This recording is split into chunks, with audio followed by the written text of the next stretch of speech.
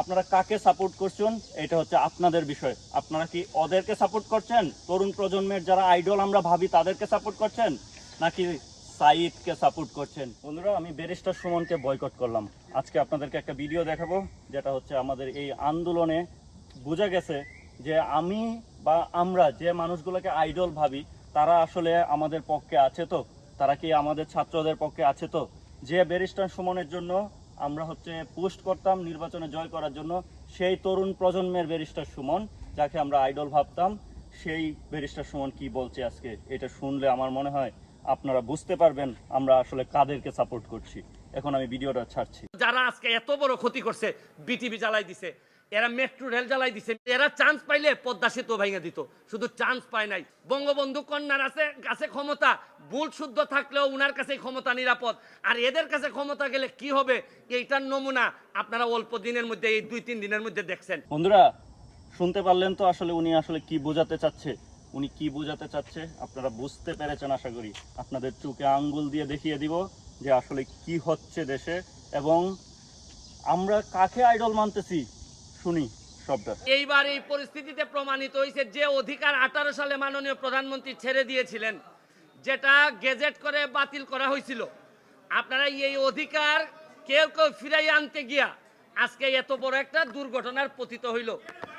সবই ঠিকঠাক মতো হইল। আপনারা এই মঙ্গলবারে এই জায়গায় দাঁড়াইয়া বলছিলাম যে প্রধান বিচারপতির রায় পর্যন্ত একটু ওয়েট করেন। আপনারা কি বুঝতে পারছেন উনি কি বলছে? 2018 সালে মাননীয় প্রধানমন্ত্রী যা বলছিল এইটা আবার ফিরাইয়া আনার জন্য। 2018 সালে মাননীয় প্রধানমন্ত্রী যখন বাতিলই করে দিছে কোটা, তাহলে এটা আবার কেন আবার ফিরাইয়া আনতে হলো? তার জন্যই তো আজকে এই সমস্যা। যদি উনি ওই সময় বাতিল না করে উনি সংস্কার করত, তাইলে কিন্তু আজকে এই সমস্যা হইতো না। মানে নিজেদের ঘাড়ে যে দোষ এটা তারা নিচ্ছে না। কিন্তু আসলে উনি কি স্বতন্ত্র, উনি কি সাধারণ মানুষের জন্য, নাকি উনি একটা বিশেষ দলের জন্য? এটা আপনাদের কাছে প্রশ্ন রইল। পরবর্তী ভিডিওটা দেখছি। আমি আরো জিনিস বলতে চাই, এই মঙ্গলবারের পরে বৃহস্পতিবারেও প্রশাসন চাইলে, প্রধান বিচারপতি বা আমাদের সুপ্রিম কোর্ট চাইলে বৃহস্পতিবারও একটা সমাধান দিতে পারতেন বলে আমি মনে করি। এই যে শুক্র শনি গেল, এর মধ্যে ঢুকে গেল হচ্ছে গিয়ে জঙ্গিরা। এই ছাত্ররা তো আর আন্দোলনে ছিল না আর শুক্র শনিবারে কখনোই। ছাত্ররা নাকি আন্দোলনে ছিল না। আমরা যে ভিডিওগুলোতে দেখছি প্রত্যেকদিন, সেই ভিডিওতে কি দেখা যাচ্ছে? এত এত মানুষ রাস্তায় নেমে গেছে দেশে, তাহলে এত পরিমাণ জঙ্গি? যে কোনো একটা আন্দোলন হোক না কেন, আজকে ছাত্র কালকে অন্যদের আন্দোলন হোক, এইটার মধ্যে জঙ্গিরা আইসা ঢুকবে, জামাত শিবির আইসা ঢুকবে। এইখানে প্রশাসনও ব্যর্থ হয়েছে এটা করতে। আচ্ছা, এটা কি জামাত বিএনপি সুযোগ নিয়ে নিছে নাকি ছাত্রদেরই আন্দোলন? আপনারা এটাও জানান। আমার আসলে মাথা কোনো কিছুই দেখতেছি না। এই ভিডিওটা দেখার পরে আমি আসলে হতাশ হয়ে গেছি। আমি ব্যারিস্টার সুমনকে একজন আইডল হিসেবে ভাবতাম। সে মনে হচ্ছিল যে তার বক্তৃতা শুনে মনে হচ্ছে সে দেশের জন্য কাজ করতে চায়। কিন্তু আজকে যখন আমরা তরুণ প্রজন্ম যাদেরকে আইডল ভাবতেছি, সেই মানুষটা তরুণ প্রজন্মের জন্য আছে তো? যে মানুষটাকে মৃত্যুর হুমকির জন্য আমরা লাখো লাখো প্রবাসী বাংলাদেশি স্টুডেন্টরা যার জন্য পোস্ট করতেছি, প্রতিবাদ করতেছি, সেই মানুষটা আমাদের তরুণ প্রজন্মের ছাত্ররার মৃত্যুতে সে পাশে আছে তো? আপনারা কাকে সাপোর্ট করছেন এটা হচ্ছে আপনাদের বিষয়। আপনারা কি ওদেরকে সাপোর্ট করছেন, তরুণ প্রজন্মের যারা আইডল আমরা ভাবি তাদেরকে সাপোর্ট করছেন, নাকি সাইদকে সাপোর্ট করছেন? এটা আপনাদের বিষয়। এখন আসি প্রথম থেকে। ব্যারিস্টার সুমনের তো চেতনা আমরা বুঝলাম।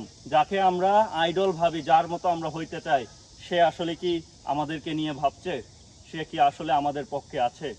আমার এই কথাগুলো হয়তোবা একটা বিশেষ দলের গা জ্বলে যাবে, কিন্তু কিছু করার নাই। যেখানে আমার ভাইদেরকে এইভাবে হত্যা করা হচ্ছে, মরতেছে, এইগুলো দেখার পরে আসলে ঠিক থাকে না। আমার এই নিজের ফ্রেন্ড যখন মারা গেছে, তখন সেই জায়গা থেকে আমি ঠিক থাকতে পারি না। দেখুন, পরবর্তীতে আসি আমাদের আরেকজন আইডল, যাকে আমরা ক্যাপ্টেন হিসেবে জানি, যাকে আমরা ভাবছি যে তরুণ প্রজন্মের ক্যাপ্টেন। সেই ক্যাপ্টেন কি তরুণ প্রজন্মের জন্য ভাবছে? সে কি কথা বলছে? আর কিছুই বলার নাই। আমরা একসময় ভাবতাম, একসময় তার খেলা দেখতে দেখতে বড় হয়েছি, তাকে আমরা আইডল হিসেবে ভাবছি, কিন্তু আমাদের আইডলরা আমাদের পাশে নেই। আরেকজনরে আসি, ওনার কথা আর কি বলবো। যার প্রতিবাদ আমরা ক্রিকেট খেলাতেও দেখতে পারি, যার প্রতিবাদ বিভিন্ন দেশের খেলাতেও আমরা দেখতে পারি, সেই প্রতিবাদী ব্যক্তিটাকে আমরা শেষ পর্যন্ত সংসদ সদস্য বানিয়েছি।